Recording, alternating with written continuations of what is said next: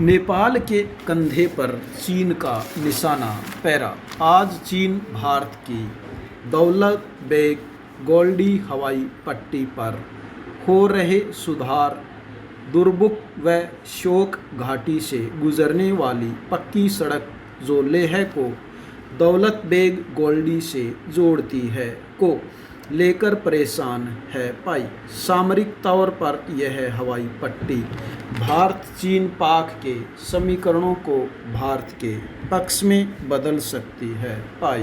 Para Bhutan भी में चीन लगातार अपने प्रभाव को बढ़ाने में लगा हुआ है, परंतु वर्ष 2017 में 10 सप्ताह तक चलने वाले डोकलाम गतिरोध के बाद भूटान चीन की रणनीति को समझ गया है पाई। पैरा आज जब पूरा विश्व चीन से शुरू हुई कोविड-19 महामारी से जूझ रहा है, तो पूर्व व दक्षिण चीन सागर में जापान व दक्षिण पूर्व एशियाई देशों के साथ साथ हिमालय में नेपाल व भूटान और भारत के लद्दाख, सिक्किम व अरुणाचल प्रदेश में चीन की दखलंदाजी व आक्रामक नीति की खबरें आ रही हैं पाई। चीन अपने आप को इतना सक्षम मानता है कि वो 19वीं शताब्दी में उसकी यूरोपीय देशों की एक तरफा साथियों में तय की गई सीमाओं से परे अपनी एक तरफा सोच पड़ोसी देशों पर थोप सके पाई। चीन की हिमालय पर सोच को लेकर इतिहासकारों ने कम्युनिस्ट चीन के संस्थापक माओ के कई बयानों का ब्यौरा दिया है, जहां वो तिब्बत को चीन के दाहिने हाथ की हथेली व लद्दाख, नेपाल, भूटान, सिक्किम व अरुणाचल प्रदेश को उसकी 5 उंगलियां बताते हैं और तिब्बत को आज़ाद कराने के बाद इन 5 उंगलियों को भी साम्राज्यवाद के कब्जे और भारत के प्रभाव से छुड़ाकर तिब्बत से जोड़ने की बात करते हैं पाई।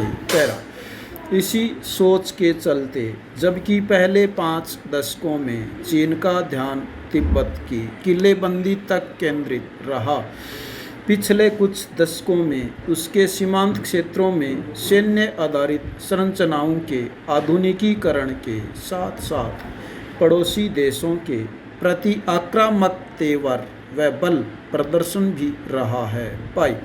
इसमें सबसे ज़्यादा सामरिक महत्व 1300 किलोमीटर लंबे कराकोरम हाईवे का है, जो शिनजियांग के कासगर को पाकिस्तान के पंजाब में हसन अब्दाल से जोड़ता है पाई।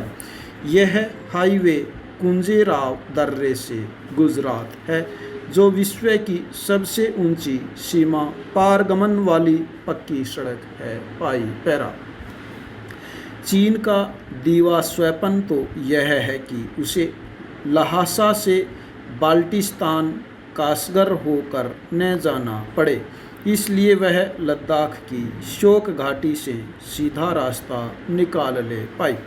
यही कारण है कि आज चीन भारत की दौलत बेग गोल्डी हवाई पट्टी पर हो रहे सुधार और दुर्मुख व शोक घाटी से गुजरने वाली पक्की सड़क जो लेह को दौलत बेग गोल्डी से जोड़ती है को लेकर इतना परेशान है पाई। सामरिक नज़रिए से यह हवाई पट्टी भविष्य में भारत चीन पाकिस्तान के समीकरणों को पूरी तरह से भारत के पक्ष में बदल सकती है पाई। पैरा चीन न केवल सीमा के कई बिंदुओं पर तनाव और अस्थिरता फैला रहा है, बल्कि वह नेपाल और भूटान को भी उकसा व धमकाकर भारत की परेशानियों को बढ़ाने में लगा हुआ है पाई। पैरा जब पिछले 2 महीने से भारत चीन की पश्चिमी सीमा में सैनिकों की लगातार भिड़ंत हो रही थी, तो नेपाल ने भी आक्रामक तरीके से भारत के लिपुलेख, लिंगेधुरा और कालापानी क्षेत्रों को हड़पने की कोशिश की पाई। इसके अलावा प्रधानमंत्री केपी शर्मा ओली चीन के प्रति अपनी निष्ठा दिखाने के लिए भारत के प्रति तल्ख तेवर व कठोर भाषा का इस्तेमाल कर रहे हैं। पाई पैरा। वर्ष 2016 में जब कई वामपंथी घटकों के मिलने से नेपाल कम्युनिस्ट पार्टी का गठन हुआ, तब से उसके अंदरूनी गुटों में तनातनी चल रही है और लगातार चीन इन गुटों को एकजुट रखने की कोशिश में सबसे आगे रहा है। पाई।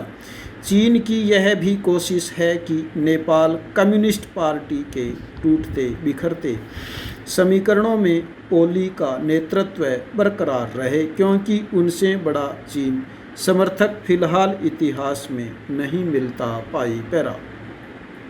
वर्ष 2018 से तो काठमांडू में चीन की राजदूत हाउ यानछी लगातार सुर्खियों में बनी हुई है। पाई। नेपाल कम्युनिस्ट पार्टी की हर परेशानी को सुलझाने में उनकी मुख्य भूमिका रहती है। यहाँ तक कि नेपाल के अभिजात्य वर्ग में उनके बढ़ते प्रभाव को लेकर चिंता होनी शुरू हो गई है। पाई। गत माह प्रधानमंत्री ओली से त्यागपत्र की मांग ने तेजी पकड़ी तो उनको अचानक प्रतिनिधि सभा को स्थगित करना पड़ गया था। पाई। ऐसे में हाउ यानछी ने न केवल पुष्प कमल दहल प्रचंड और माधव कुमार नेपाल जैसे बड़े नेताओं से, बल्कि राष्ट्रपति विद्या देवी भंडारी से भी सीधी सीधी मुलाकात की। पाई। उनका इस तरह लगातार कूटनीति की औपचारिक सीमाओं को लांघना अब नाराजगी का सबब बन गया है। पाई। नेपाल के विदेश मंत्रालय ने औपचारिक तौर पर यह कहा कि उन्हें हाउ यानछी की राष्ट्रपति विद्या देवी भंडारी से मुलाकात की खबर तक नहीं थी। पाई पैरा।